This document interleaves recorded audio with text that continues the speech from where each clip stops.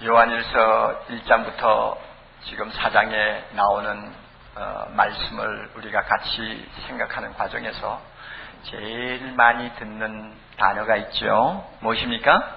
사랑. 그렇죠. 그래서 귀가 아프도록 듣는 단어가 사랑입니다. 그리고 하나님께서 이상하게 이 짧은 성경 안에서 사랑하라고 하는 교훈을 자꾸 반복을 하세요. 분명히 조금 전에도 하셨는데 내가 언제 했더냐 하는 식으로 또 반복하고 계세요. 2장 7절부터 11절에는 우리가 빛의 자녀가 되었는데 어떻게 사랑하지 않겠느냐, 그러므로 사랑해라 하고 분명히 말씀을 하셨어요.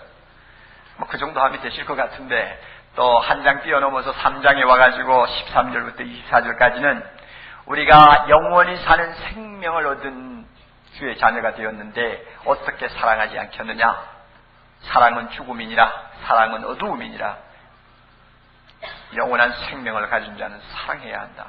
이렇게 또 한번 엄숙하게 말씀을 하셨어요. 그 정도 하시면 될 것 같은데 우리가 읽은 4장에 넘어와 보니 전에 말씀하신 것보다 더 길게 더 강도 높게 사랑해야 된다고 가르칩니다. 그 말씀이 7절부터 21절까지 내용입니다. 아마 여러분들이 이거 사랑하라는 말을 계속 반복해 들으니까 좀 힘들구나 하는 생각을 하실지 모릅니다. 그러나 하나님은 그렇지 않다고 말씀하십니다. 듣고 또 들어야 된다고 합니다. 왜 자꾸 반복을 합니까? 반복하는 이유가 있어요. 하나님의 마음에는 어떤 목적이 하나 있습니다. 하나님이 원하시는 어떤 뜻이 요한 1서를 읽고 듣는 우리를 통해서 이루어지기를 바라는 것입니다. 하나님이 바라는 소원이 있어요. 그것이 무엇인지 압니까? 17절 마지막 부분을 여러분 한번 보시기를 바랍니다. 성경 덮지 마세요. 성경에 익숙하지 못하신 분이라도 마음만 조금 쓰면 됩니다. 그리고 여러분들이 빨간 연필만 갖고 계시면 제가 지적하는 곳에 그저 금방금방 체크하면 여기저기 얼마든지 찾아다니면서 여러분이 확인할 수 있습니다. 어디라고 그랬죠? 17절 중간 부분에 주의 어떠하심과 같이 우리도 세상에서 그러하니라. 이 말씀은 하나님이 사랑이신 것처럼 우리도 세상에 살면서 사랑이기를 원하노라. 이것이 하나님의 뜻입니다. 하나님이 사랑이면 그의 자녀도 사랑이어야 한다 하는 말씀입니다. 그러므로 하나님께서 사랑하라고 자꾸 반복하시는 이유가 있어요. 자기 닮으라고 반복하시는 것입니다. 너희들이 내 자녀 아니냐, 그러니 나처럼 사랑해라 하는 이야기입니다. 그 목적을 이루기 위해서는 필요하다면 100번이라도 하나님은 반복하실 것입니다. 더욱이 우리가 읽은 이 오늘 본문은 요한일서 가운데서 노란 자 위에 해당하는 내용입니다.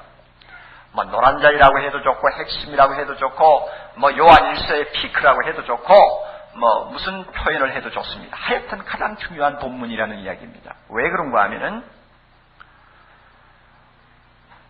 하나님이 사랑이시다 하는 전제를 두 번이나 두고 말씀을 하고 계시기 때문입니다. 우리는 교회에 들어오면 하나님은 사랑이시라 하는 말씀을 보죠. 여러분이 보실 때 저 말씀이 어디 있더라, 성경에 있기는 있는데 하고 여러분이 가끔 생각하실지 모릅니다. 분명히 성경 안에 있는 말씀입니다. 사랑의 교회를 다니시면 아마 그 정도는 알아야 되죠. 어디에 있다 하는 정도는 알아야 합니다. 요한일서 4장에 곱하기 2라 하면 8절이 되고 곱하기 2라 하면 16절이 되죠. 그래서 4장 8절하고 또 어디 16절하고 두 번 나옵니다. 오늘 우리가 읽은 본문이에요. 하나님은 사랑이시다. 이 놀라운 전제를 가지고 이 말씀을 하나님이 하고 계시기 때문에 요한일서에서 가장 중요한 본문이라고 하는 것입니다. 하나님은 사랑이십니다. 이 사랑이라는 아가페, 이 단어는 구약시대에서는 아합이라고 하는 히브리어로 사용되던 말입니다.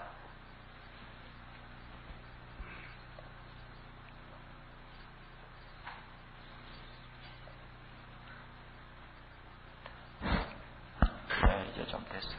그래요. 우리 방송실의 기계가 좀 낡아가지고 어떤 것은 한 10년 이상 썼더니 선이 자꾸 왔다 갔다 해요. 그래서 이런 현상이 일어납니다. 됐어요. 제가 무슨 이야기를 했죠? 신약에는 아가페, 그 다음에 구약에는 뭐라고요? 아합. 좋은, 어떤 사람 때문에 굉장히 좋지 않는 말이지만은, 그러나 아합, 사랑이라는 뜻이에요. 독특한 의미를 갖고 있는 단어인데, 이 단어를 요한 1서에서 1장부터 4장까지 28번이나 반복하고 있습니다. 이건 대단한 말입니다. 그런데 이 단어를 어디에다 갖다 적용했느냐 하면 하나님은 이꼴 사랑이다. 신명기 7장 7절 8절을 보면은 하나님의 그 사랑이 얼마나 독특한가를 이렇게 이야기하고 있습니다. 우리가 잘 알다시피 이스라엘 백성이라는 종족은 굉장히 작은 종족입니다. 특별히 하나님이 아브라함을 불러서 자기 선택한 백성으로 삼을 때는 그야말로 식구 전체 통틀어봐야 몇 명 되지 않을 정도로 지극히 보잘것없는 부족의 하나입니다. 그러므로 이렇게 작은 부족인데도 하나님께서 그들을 특별하게 보시고 뭐라고 말씀하셨느냐 하면 내가 너를 선택했다. 그리고 너를 선택한 다음에 오직 너희만 사랑했다. 오직 너희만 사랑했다. 이것이 아합입니다. 이것이 아가페입니다. 그래서 그런지 오늘 읽은 9절 10절에서 보면 하나님께서 우리만 어떻게 사랑하셨느냐 하는 내용이 나옵니다. 9절에 보면 하나님의 사랑이 우리에게 이렇게 나타난 바 되었으니 하나님이 자기의 독생자를 세상에 보내심은 저로 말미암아 우리를 살리려 하심이니라. 우리를 사랑하셔서 우리만 사랑하시기에 자기 아들을 십자가에서 희생하시고 우리를 살려주셨다 그 말입니다. 사랑은 여기 있으니 우리가 하나님을 사랑한 것이 아니요 오직 하나님이 우리를 사랑하사 우리 죄를 위하여 화목제로 그 아들을 보내셨습니다. 얼마나 우리만 사랑하셨기에 우리를 살리기 위해서 자기 아들을 희생했겠느냐. 이것이야말로 아합이라고 하는 사랑이요 아가페라고 하는 사랑입니다.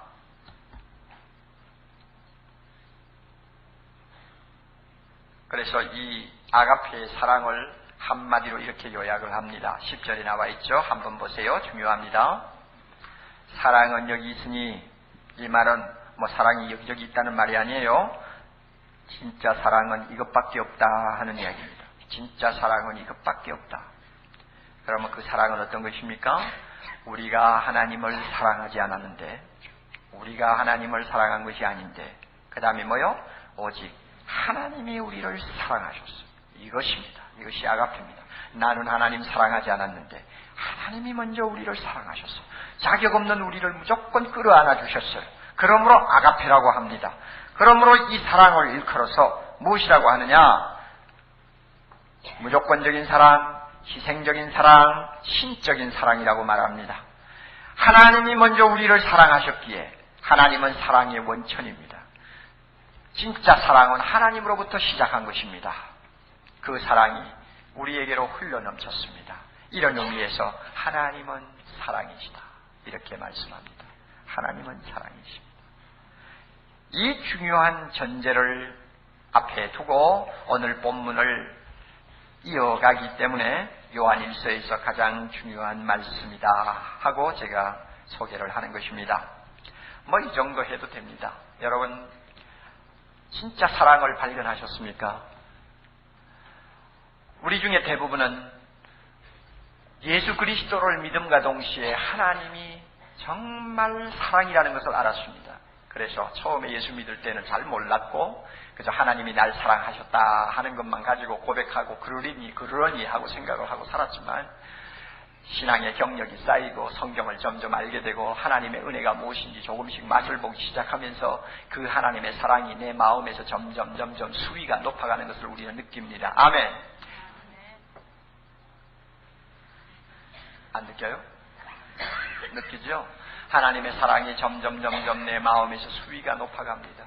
그래서 그 사랑이 어떤 때는 감격으로, 어떤 때는 눈물로, 어떤 때는 기쁨으로, 어떤 때는 그저 가만히 있지 못하는 흥분으로 우리 마음을 사로잡는 것을 느낍니다. 그러니까 우리는 진짜 사랑을 찾은 사람입니다.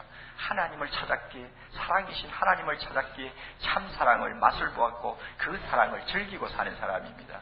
그러나 이 가운데 계시는 사랑하는 형제 자매들 중에서 아직도 참 사랑을 발견하지 못한 분들이 계실지 모르겠습니다.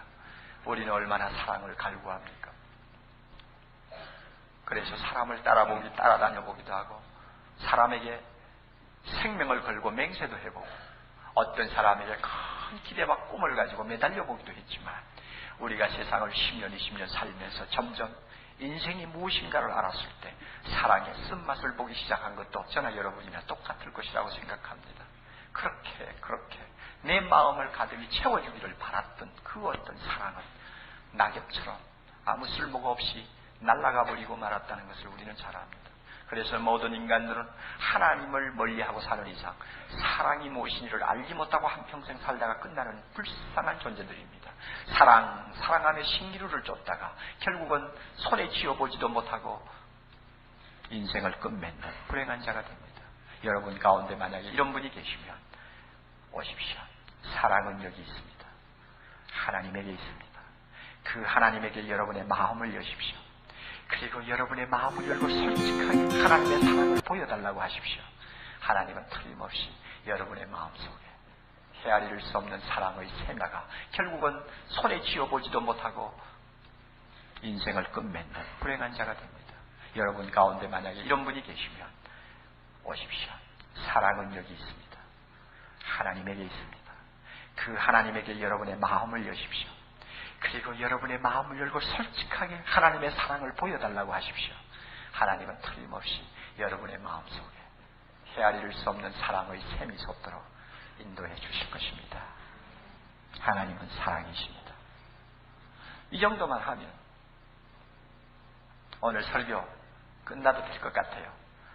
제 생각에는 그저 이 정도 설교하고 막 찬송이나 좀 마음껏 불렀으면 좋겠어요. 그런데 오늘 말씀을 우리에게 전해주신 사도 요한은 우리를 가만히 두지 않고 그 다음 코너로 우리를 몰고 가는 것을 우리는 거역을 할 수가 없습니다. 하나님이 사랑이시다. 듣기만 해도 감미로운 말씀입니다. 자, 그렇다면 하나님이 사랑이기 때문에 그것으로 끝나느냐? 아니다. 이제부터 중요한 문제가 따라온다고 말씀합니다. 뭐냐?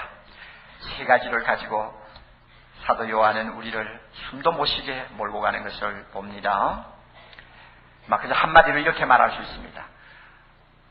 하나님이 사랑이시니까 너희도 형제를 사랑하면 신앙생활 바로 하는 것이고 형제를 사랑하지 못하면 신앙생활 집어치워라. 그거는 진짜 신앙생활이 아니다 하는 말을 하는 것과 똑같습니다.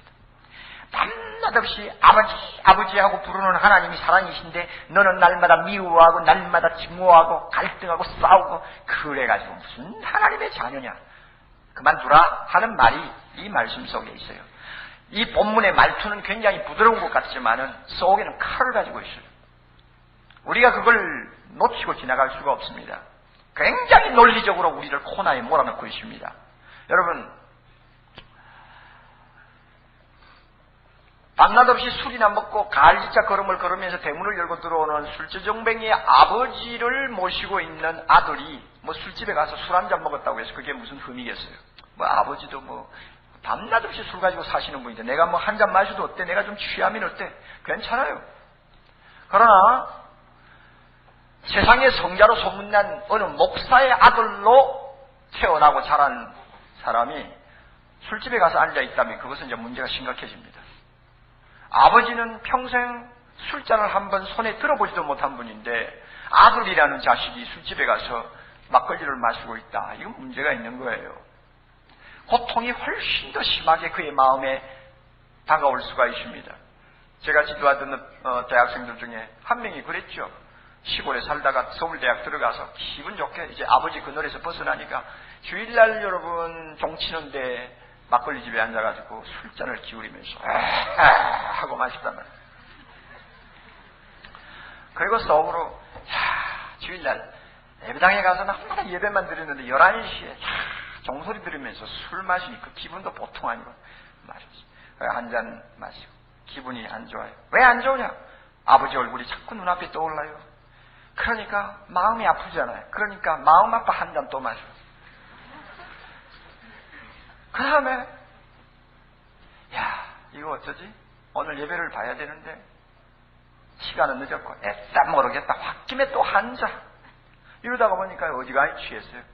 나와가지고는 취한 김에 간다고 간 것이 제가 인도하는 대학부까지 왔어요. 그래도 목사들이니까 갈지자 걸음을 걸어도 결국 돌아오는 데는 그 자리에. 그래가지고 목사님 한 잔 마셨어요. 그 마음에 얼마나 고통이 심하겠어. 아버지가 아예 술주정뱅이면 뭐 그까지 그 마시고 취해도 무슨 소용이요. 뭐 괜찮은데 아버지가 목사인데 아들이 술을 마시고 취해서 주일날 교회를 오다니. 그렇잖아요. 한 열흘 전에 저를 찾아왔는데 보니까 지금 뉴욕에서 목사로서 일을 하고 있어요 지금. 그런데 여러분, 아버지가 사랑이라고 하는 분을 하나님으로 모시고 사랑이라고 하는 그 하나님을 날마다 눈만 뜨면 아버지가 부르는데 우리가 사랑을 하지 않고 미워하고 하면 사도 요한의 말이 맞아요. 신앙생활 그거 볼 것도 없다 집을 치워라 하는 말이나 똑같습니다. 자, 이런 방향으로 우리를 지금 몰고 가요. 세 가지 내용을 가지고 여러분 한번 정리해 봅시다. 굉장히 숨이 막힐 정도로 몰아붙인다는 것을 우리 모두가 알 수 있을 것입니다. 첫째는 사랑하지 아니하면 하나님 자녀라는 소리 하지 말라. 그 말씀이 이 본문 안에 들어있어요.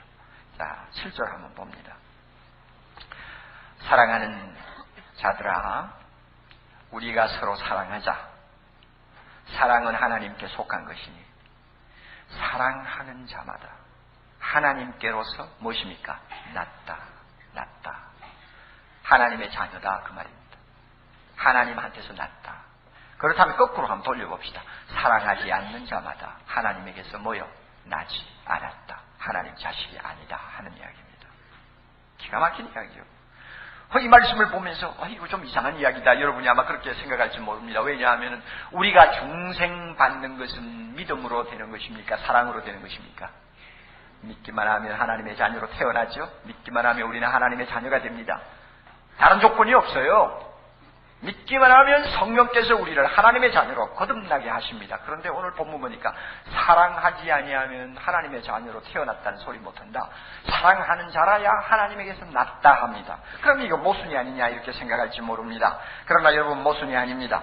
믿음은 중생의 조건입니다. 믿음은 하나님의 자녀로 태어나는 절대 조건입니다. 그러나 사랑은 하나님의 자녀로 태어났다는 것을 시험할 수 있는 조건입니다. 하나님의 자녀로 태어났나 나지 아니했나를 시험하는 조건입니다.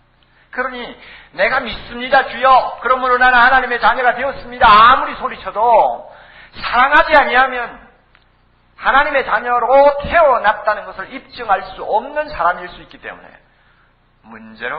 심각한 문제로 빠집니다. 하나님의 자녀가 아닐 수 있다는 이야기입니다. 아버지가 사랑인데 자녀는 사랑이 아니에요? 여러분, 우리가 자식을 다 낳아서 키워봅니다마는 은근히 자식이 자라면서 자꾸 모양이 바뀌지 않아요. 성격도 바뀌고 자꾸 바뀌지 않아요. 보이는 바뀌는데 자식을 쳐다보면서 아버지, 어머니는 은근히 닮은 데가 어디 있나 하고 살피죠? 그런데 아무리 뜯어보아도 아버지를 닮은 데가 하나도 없으면 저 자식 저거 어디서 났어? 이러죠? 그리고는 자기 옆에 있는 부인을 슬그머니 쳐다보죠. 그러니까 뭐가 닮아도 닮은 자식을 보기를 원한다고. 이게 아버지의 심정이란 말이에요. 하나님도 마찬가지 아닙니까? 믿음으로 우리가 하나님의 자녀로 태어났다면 하나님은 닮은 데를 찾기를 원합니다. 뭐가 닮았냐? 그러면 아버지가 사랑이라면 자식도 사랑이어야죠. 사랑해야죠. 그런데 아버지가 사랑인데 자식은 사랑하지 않는다. 그럴 때 어떻게 그것을 내 자식이라고 말할 수 있겠느냐 하는 이야기입니다. 뭐 틀린 말입니까? 어린애한테라도 이야기하면 옳다고 고개 끄덕거릴 거예요. 논리적으로 잘못된 것 있어요? 아니요. 또 하나, 두 번째로 사랑하지 아니하면 하나님을 안다는 소리를 하지 말라고 하는 말씀이 속에 들어있습니다. 7절 끝에 다시 봅니다. 사랑하는 자마다 하나님께로 난 사람이요 그 다음에 사랑하는 자마다 하나님을 뭐 한다고 그랬어요? 아는 자요. 그 다음에 8절 거꾸로 설명합니다. 사랑하지 아니하는 자는 다 같이 하나님을 알지 못한다. 하나님 안다는 소리 하지 말라고 말이에요. 하나님은 영이십니다. 그러므로 우리가 하나님을 안다고 해도 한계가 있습니다. 어느 정도로 안다고 해야 할까요? 글쎄요. 그러나 우리 하나님께서는 두 가지 길을 우리에게 열어주셨습니다. 그래서 하나님이 누구신가를 알 수 있도록 해주셨어요. 얼마나 감사한지 모릅니다. 첫 번째는 하나님의 말씀을 통해서 우리가 하나님을 알 수 있도록 길을 열어주셨습니다. 하나님은 많은 구약의 성도들을 만났습니다. 그리고 많은 말씀을 하셨습니다. 그러므로 우리가 성경을 통해서 아브라함이 만난 하나님, 이삭이 만난 하나님, 야곱이 만난 하나님을 자꾸 보면서 하나님은 이런 분인가 하는 것을 알게 됩니다. 그리고 구약에 있는 많은 선지자들의 입을 통해서 하나님이 말씀하신 것을 들으면서 하나님은 거룩하시구나, 하나님은 사랑이시구나, 하나님은 자비로우시구나, 우리가 이런 것을 압니다. 이것도 부족할 것 같아서 하나님께서는 마지막으로 자기 아들을 우리 몸과 똑같은 몸을 입혀가지고 세상에 내보내셔서 우리 눈으로 그를 보고 우리 귀로 그의 말을 듣도록 하셨습니다. 그 예수님이 신약 성경만 펼치면 갈릴리 바다를 걸어다니시고 헬몬산을 오르시고 예루살렘 성문을 드나드시고 그 다음에 많은 사람 앞에서 하나님의 말씀을 선포하는 아름다운 하나님의 모습을 우리가 보게 됩니다. 그래서 성경을 통해서 하나님이 이런 분이구나 하는 것을 알게 됩니다. 그러나 그것만으로 하나님을 안다고 하기에는 아직도 이릅니다. 하나님께서는 한 가지 더 다른 길을 열어주셨습니다. 그것은 순종하는 것입니다. 하나님의 말씀에 순종하는 것이 하나님을 아는 길입니다. 왜 그런가 하면은 여러분 순종이 무엇입니까? 순종이라는 것은 하나님처럼 해보는 것 아닙니까? 하나님이 하신 것처럼 나도 한번 해보는 것이 순종입니다. 다른 것 아니에요. 그러므로 하나님이 사랑이시라고 한다면 하나님은 오늘도 사랑하고 계십니다. 믿습니까? 오늘도 한없는 사랑을 가지고 어제나 오늘이나 변함없이 계속 사랑하고 계시는 분이란 말이에요. 그분이 날 보고 사랑하라고 그럽니다. 그러니까 내가 순종한다면 하나님처럼 한번 해보는 것입니다. 이게 순종이요. 예수님도 그랬지 않습니까? 아버지께서 일하시니 나도 뭐 한다고 그랬죠? 일한다. 하나님이 하시는 것을 주님도 똑같이 하시지 않아요. 이게 순종이죠. 이렇게 하나님이 하시는 것처럼 나도 해보는 것을 통해서 우리는 하나님을 체험하게 됩니다. 하나님을 체험합니다. 사람끼리도 마찬가지 아니요? 누가 이름이 뭐냐, 키가 몇 센치냐, 그까짓 거 아는 거 가지고 안다는 말 안 하죠? 어떤 사람하고 함께 있으면서 오랫동안 그 사람의 처지에서 그 사람이 하는 것처럼 나도 해봤을 때 나는 누구를 좀 알 수 있다, 이런 말을 합니다. 이 가운데 우리 자매들이 참 많으신데, 자매들이 철이 들어가지고 세상을 살다가 이제야 우리 엄마를 좀 알 것 같다 하는 말을 할 때가 한두 번 꼭 있습니다. 있죠? 엄마 좀 알 것 같아. 우리 엄마 좀 알 것 같아. 언제죠? 시집 가가지고 처음에는 그래서 모르죠. 둥 떠가지고 쳐대 낳고 애 키우고 하도 신기해가지고 핥고 빨고 이러면서 막 키우다가 그 다음에 두째 놈이 나오고 셋째 놈이 나오면 그때부터는 막 정신이 없죠. 애 키우느라고 몸도 빠지고 이놈의 자식이 밤에는 안 자고 낮에만 자고 이러니 못 살죠. 그래서 뒷바라지 하느라고 하다가 보면 몸도 빠지고 얼굴에 기미가 끼이고 막 정신이 없어요. 그러다가 문득 무슨 생각합니까? 우리 엄마도 날 낳아서 이렇게 고생하셨겠구나. 이제 엄마 좀 알 것 같아.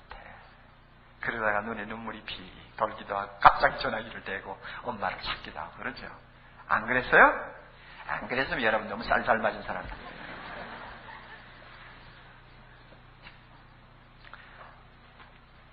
딸이 엄마처럼 애 배에서 고생하고 애 낳아보고 키워보고 엄마가 하듯이 똑같이 해볼 때 비로소 엄마를 안다는 말을 할 수 있습니다. 하나님도 이 원리를 그대로 우리에게 말씀하시는 거예요. 하나님은 사랑하셔요. 사랑하시기 위해 자기 아들도 희생하시는 분이에요. 사랑을 받기 전에 먼저 사랑을 주는 분이에요. 내가 하나님처럼 해볼 때 우리 하나님이 이런 분이구나. 하나님 좀 알 것 같아. 우리가 이렇게 말할 수 있는 것입니다. 그러니까 여러분 사랑하지 않는 사람이 어떻게 하나님 안다는 말 할 수 있겠어요? 사랑하지 않는 사람이 사랑이신 하나님을 어떻게 안다고 말하겠느냐 그 말입니다. 그러니 사랑하지 않으면 하나님 안다는 소리 그만두라 하는 이야기입니다. 굉장히 힘들죠? 저나 여러분이나 막 코너로 몰려가지고 그냥 꼼짝을 못하고 있는 것처럼 우리 처지가 느껴집니다. 그러나 사실은 사실이에요. 사실은 사실이에요. 피할 수가 없는 사실이에요. 세 번째로 사랑치 않으면 하나님 모시고 산다는 말도 하지 말라 하는 말씀이 이 본문 속에 들어있습니다. 여러분 12절부터 16절까지 보면은 하나님이 우리 안에 거하시고 우리는 하나님 안에 거한다는 말씀이 4번이나 반복되어 나옵니다. 우선 12절만 한번 읽어봅시다. 어느 때나 하나님을 본 사람이 없을 때 만일 우리가 서로 사랑하면 하나님이 우리 안에 거하신다. 아멘. 하나님이 우리 안에 거하신다. 그래서 그의 사랑이 우리 안에 온전히 이루어지느니라. 굉장히 중요한 말씀이죠. 사랑하면 하나님이 우리 안에 거하신다. 그런데 우리가 잘 알지 않습니까? 언제 하나님이 우리 안에 임하셔서 우리 안에 거하십니까? 언제 부활하신 예수님이 영으로 우리 안에 거하십니까? 언제입니까? 내가 예수 믿고 뭐 할 때? 성령을 모실 때, 성령이 우리에게 임하실 때, 우리가 성령 받았을 때, 그 순간부터 하나님은 우리 안에 거하십니다. 그래서 13절 보면 성령을 우리에게 주심으로 우리가 그 안에 거하고 그가 우리 안에 거하시는 줄 아느니라. 우리 모두 예수 믿으면서 성령 받았습니다. 성령이 우리 안에 거하심으로 영이신 하나님이 내 안에 항상 거하시는 놀라운 축복을 받게 됐습니다. 뿐만 아니라 우리가 예수님이 나의 구주라고 고백하는 순간부터 하나님은 내 안에 거하시고 나는 예수 안에 거하는 사람이 되었습니다. 그래서 15절도 누구든지 예수를 하나님의 아들이라 시인하면 하나님이 저 안에 거하시고 저도 우리 안에 거하시느니라. 그러므로 여러분, 우리가 예수님을 나의 구주로 고백한 사람은 하나님을 모시고 삽니다. 아멘. 그리고 성령을 여러분 믿습니까 진짜? 예수님을 나의 구주로 고백한 사람은 누구든지 그 마음에 그 영혼에 누구를 모시고 삽니까? 하나님 혹은 예수님을 모시고 삽니다. 그리고 예수 믿는 사람에게는 한 사람 빠짐없이 성령이 함께합니다. 성령이 함께하지 아니하면 여러분 예수 못 믿습니다. 어림도 없습니다. 내일 당장 여러분은 교회 밖으로 뛰어나갑니다.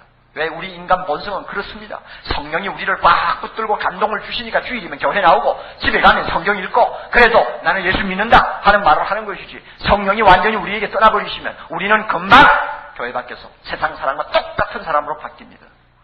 여러분 성령을 받지 못한 이스라엘 백성들 보셨죠? 사사기를 보세요. 금방 하나님 앞에 가서 제사 지내다가 얼마 지나지 않아서 바알신 앞에서 절하는 사람이 바로 그들이었잖아요. 그래서 매를 맞고 또 돌아와서 조금 더 하나님 섬기라 금방 또 우상 숭배를 떠나고, 성령이 우리와 함께 하시지 아니하면 우리 모두가 그런 꼴이 됩니다. 그러므로 여러분은 우리가 이렇게 신앙생활을 한다는 자체가 그 원인이 어디 있느냐? 내가 성령을 모시고 있기 때문에 그렇습니다. 성령을 모신 자는 그 성령을 통해서 하나님이 우리 안에 거하신다고 했습니다. 자, 그러면 문제될 것 없잖아요.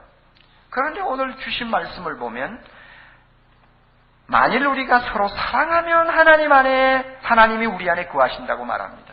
이것은 또 뭡니까?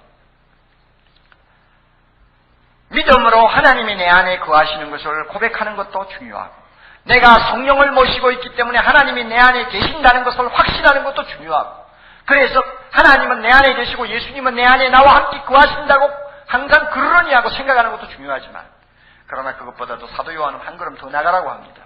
뭐라고 하느냐? 하나님이 너희 안에 계시는 것을 체험해야 된다고 말합니다. 체험한다. 그럼 어떻게 체험할 수 있습니까? 사랑하면 하나님이 내 안에 계시는 것을 체험할 수 있다고 합니다. 만일 우리가 서로 사랑하면 하나님이 우리 안에 거하신다. 이건 체험할 수 있다는 말입니다. 체험한다는 말을 다른 말로 표현하고 있습니다. 12절 끝을 다시 보세요. 만일 우리가 서로 사랑하면 하나님이 우리 안에 거하시는 것을 알 수 있습니다. 그러면 하나님이 우리 안에 거하시는 것을 체험하는 것을 일컬어서 뭐라고 하느냐? 그의 사랑이, 하나님의 사랑이, 그 다음에 다 같이 우리 안에 온전히 이루느니라. 우리 안에 온전히 이루느니라. 체험한단 말이요. 하나님의 사랑이 불완전해서 우리 안에서 새롭게 온전해진다는 말이 아니에요. 하나님은 원래 온전하신 사랑을 가진 분입니다. 그러면 이 말씀은 뭐냐? 우리는 하나님이 사랑이시다 해도 항상 추상적이지 않습니까? 막연하지 않습니까? 그런데 내가 형제를 하나님처럼 사랑해 보니까 그 하나님의 사랑이 마치 눈으로 보듯이 귀로 듣듯이 손으로 만지듯이 나에게 체험이 되는 것입니다. 그리고 나만 체험되는 것이 아니라 나를 통해서 사랑을 비로소 느끼고 받는 형제들도 하나님의 사랑이 나를 통해서 눈에 보이도록 귀에 들리도록 손으로 만질 수 있도록 나타나는 것을 그들이 보게 됩니다. 이것을 일컬어서 하나님의 사랑이 우리 안에서 어떻게 됐다고? 온전히 이루었다고 말합니다.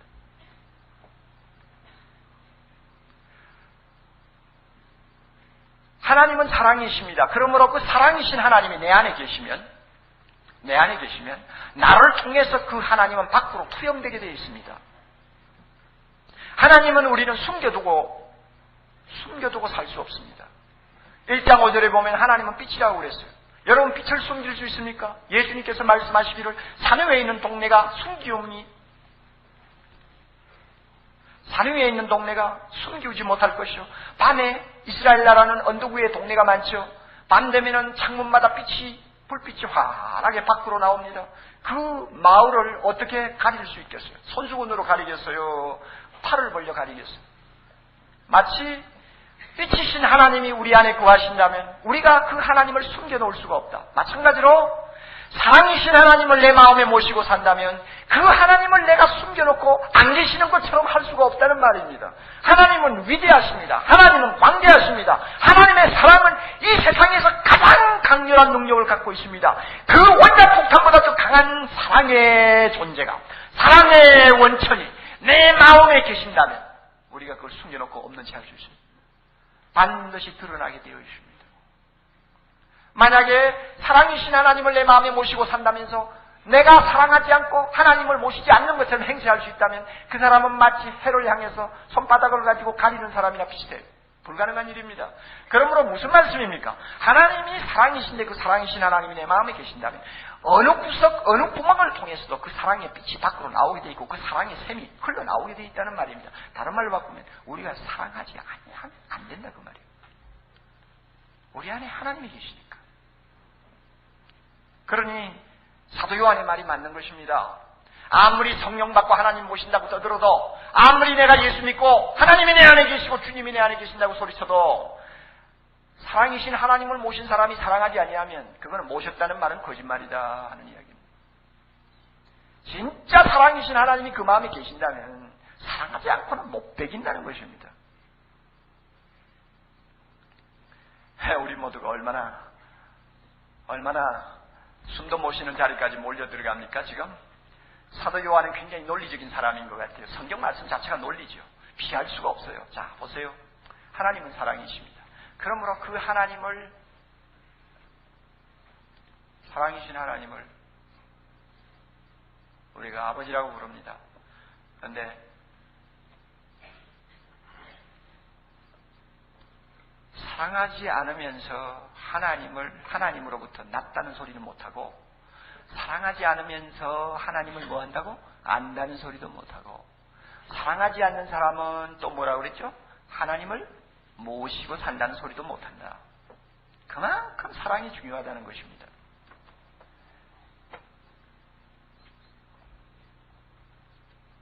그럼에도 불구하고 아이고 뭐 인간인데 어떻게 다 사랑하냐, 저 원수 같은 놈을 어떻게 사랑해?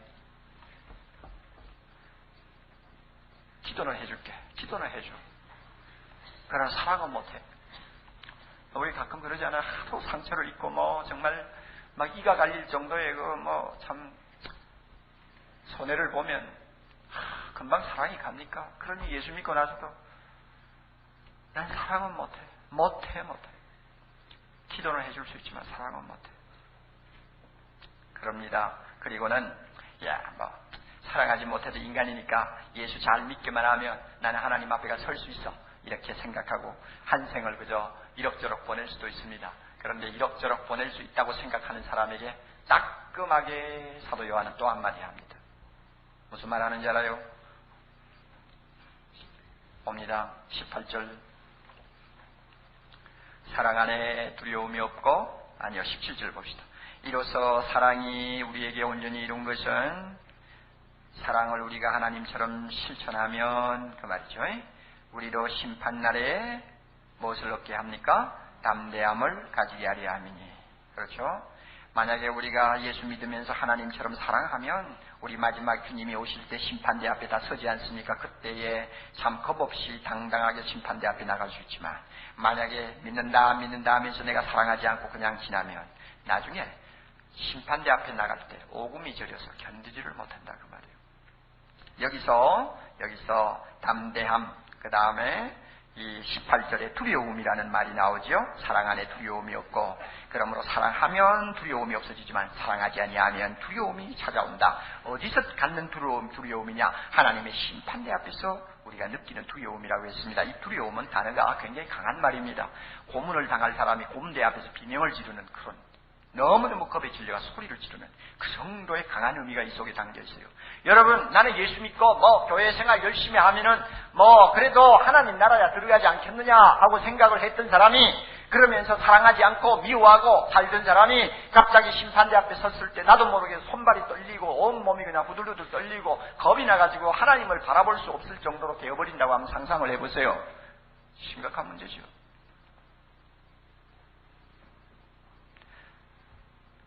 옥 목사 말이 틀렸다고 한다면 이 본문 뽑아버려야 돼요. 그러나 이 본문을 통해서 하나님은 분명히 이야기합니다. 믿음의 열매는 사랑입니다. 진짜 믿는 사람은 사랑한다고 말이에요. 그러므로 믿음하고 하나님의 보좌 앞에 나와가지고는 담대하게 설 수가 없어요. 믿음의 열매를 가져야 돼요. 그 열매가 사랑 아닙니까? 믿음, 소망, 사랑, 그 중에 제일은 뭐예요? 믿음이 제일이요? 사랑이 제일이죠. 제일 첫 번째 되는 것을 무시하고도 그 믿음이 살아남을 수 있어요? 살아남을 수 있느냐 그 말입니다. 성경은 굉장히 논리적입니다. 산을 옮길 만한 믿음이 있을지라도 사랑이 없으면 나는 아무것도 아니옵니다. 아무것도 아닙니다. 그러므로 사랑해야 될 사람이 사랑하지 않고 그저 믿기만 하면 된다는 식으로 신앙생활 하다가 심판대 앞에 설 때에 서면 어떻게 그 마음이 담대할 수 있겠어요? 그러니까 자기도 모르게 후들후들 떨리는 거예요. 이런 일을 당하지 않으려면 사랑해라 하는 이야기입니다. 이 정도 하고 끝내도 우리는 사랑할 수밖에 없는 상황이 되었습니다. 그런데 참 이상해요. 사도 요한은 끝으로 또 한 번 못질을 합니다. 정신을 차리지 못하도록 우리를 내몰고 있는 것을 봅니다. 어떻게 못질을 하는지 압니까? 여러분 보세요. 20절 한번 봅니다. 어떻게 못질을 합니까? 누구든지 하나님을 사랑하노라 하고 그 형제를 미워하면, 그 다음에 다 같이, 이는 거짓말하는 자니 보는 바 그 형제를 사랑치 아니하는 자가 보지 못하는 바 하나님을 사랑할 수 없느니라. 참 기가 막힙니다. 여러분, 우리가 잘 아는 바와 같이 사랑은 가까운 데서부터 시작하게 되어 있습니다. 사랑은 눈에 보이는 사람부터 먼저 하는 것이지 눈에 보이지 않는 사람하고 사랑하는 것은 불가능합니다. 그렇잖아요. 그럼 우리가 보는 바 그 형제를 하는 말 때 보는 바는 가까이 있는 사람, 한 지붕 밑에 사는 사람, 눈으로 날마다 자고 쓰면 보는 사람을 이야기합니다. 이런 눈에 보이는 가까운 사람을 사랑하지 못하면 보지 못하는 하나님을 사랑한다는 말은 거짓말이다. 그러니 아무리 우리가요 형제를 사랑하지 않으면서도 교회에 나와서는 사랑하는 주님 우리 하나님께서 쳐다보시고 좋아하네 자식 좋아하네. 사랑하기는 뭘 사랑해 이놈아. 보이는 형제도 사랑하지 못하면서 무슨 날 보고 사랑하네. 안 그러겠어요? 남편의 눈에는 눈물을 쭉쭉 빼는 짓도록 하면서 하나님 앞에 나와서는 사랑의 주님 감사합니다. 야, 거짓말하지 마라 이거예요. 하나님이 심해요? 심하지 않아요. 사랑이라는 것은 가까운 데부터 해야 됩니다. 우리는 이상한 기질이 있어요. 1년에 한두 번 만날까 말까 한 친구라든지 멀리 떨어져 사는 사람을 보면은 막 좋아가지고 끌어안고 막 악수를 하고 막 그냥 입안에 있는 것도 내줄 것 같이 그저 막 사랑하는 것처럼 이러죠. 그런데 한 지붕 밑에서 눈만 뜨면 보는 사람은 그냥 신통치를 않아. 왜 그렇게 미워들 하고 왜 그렇게 아웅다웅 하는지. 물론 가까이 있으니까 흠을 많이 보게 되고 서로 상처를 주고받을 수도 있습니다. 그래서 항상 우리 이런 말 잘하죠. 멀리 있을 때가 좋았다. 멀리서 볼 때가 좋았다. 그러죠. 그게 인간입니다. 그러므로 하나님께서 사랑하라는 이유는 인간이 흠이 없기 때문에 사랑할 수 있어서 사랑하라는 것 아닙니다. 흠이 많기 때문에 사랑해야 된다는 것입니다. 인간은 신뢰의 대상이 아닙니다. 사랑의 대상이에요.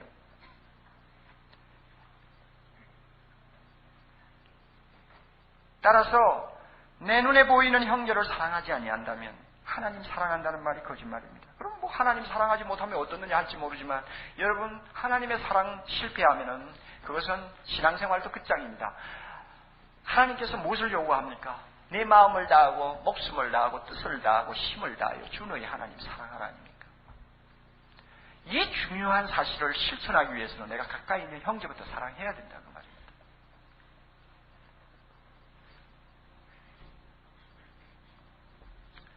그러므로 예수 믿는 사람은 사랑하지 않고는 안 됩니다.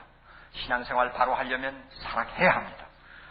사랑하지 아니하면서 신앙생활 잘한다. 그것은 거짓말입니다. 안 돼요. 그거는 절대 안 돼요. 얼마 전에 여기서 설교하고 가신 손희식 목사님, LA에서 지금 성공적으로 목회하고 계시는 분이죠. 그분이 하는 이야기를 한번 들었어요. 자기 교회 어떤 자매가 처음으로 예수 믿고 나왔습니다. 처음부터 벌써 달랐어요. 다른 사람보다도 은혜를 많이 받았어요. 어떤 사람 그런 분들이 있어요. 어떤 사람 같이 예수를 믿어도 제대로 어떤 궤도에 올라오기까지 5년, 10년이 걸리는 사람이 있는가 하면 어떤 사람 한 달 만에 그죠. 다 올라서는 사람들이죠. 참 놀라운 사람들이 많아요. 이 자매가 하나님의 은혜를 받았어요. 하나님이 사랑이신 것을 알았어요. 십자가의 사랑 앞에 그 마음이 녹았어요. 하나님이 자기를 사랑하시는 그 은혜 앞에 그 마음이 그냥 눈 녹듯이 녹아버렸어요. 그래서 신앙생활 잘하고 있었는데 어느 줄 보니까 보이지를 않아요. 그래서 나중에 이 자매 어디 갔느냐고 물었더니 한국 갔다고 그러더래요. 이상하다. 왜 갑자기 한국에 갔을까? 그리고는 기다리고 있었는데 몇 주 후에 한국에서 돌아왔습니다.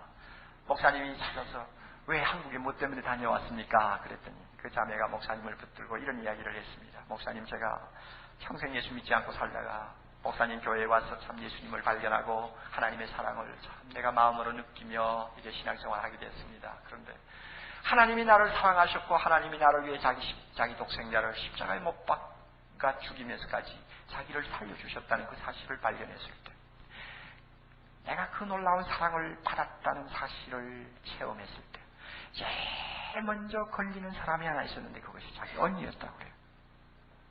그 언니는 벌써 20년이 넘도록 원수가 되어서 말도 안 해요. 돈 문제 때문에 서로가 틀어진 다음부터 20년 세월이 흘러가도 말도 안 하고 오고 가지도 않고 하나는 미국에 하나는 서울에 살아도 소식도 없고 예수 믿기 전에는 그것 가지고 당연하지 제가 뭔데 이런 식으로 생각하고는 그저 편안하게 살았는데 하나님 앞에 오니까 그게 아니라고 말이에요.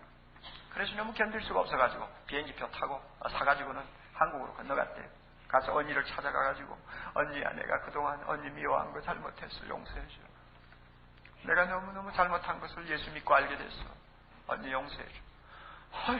동생이 이렇게 뜨거운 하나님의 사랑을 가지고 막 달려드니까 아무리 바위처럼 굳어있는 언니라도 녹아질 수밖에 없죠. 둘이서 끌어안고 눈물을 흘리고 그래서 서로가 다시 관계가 회복됐어요.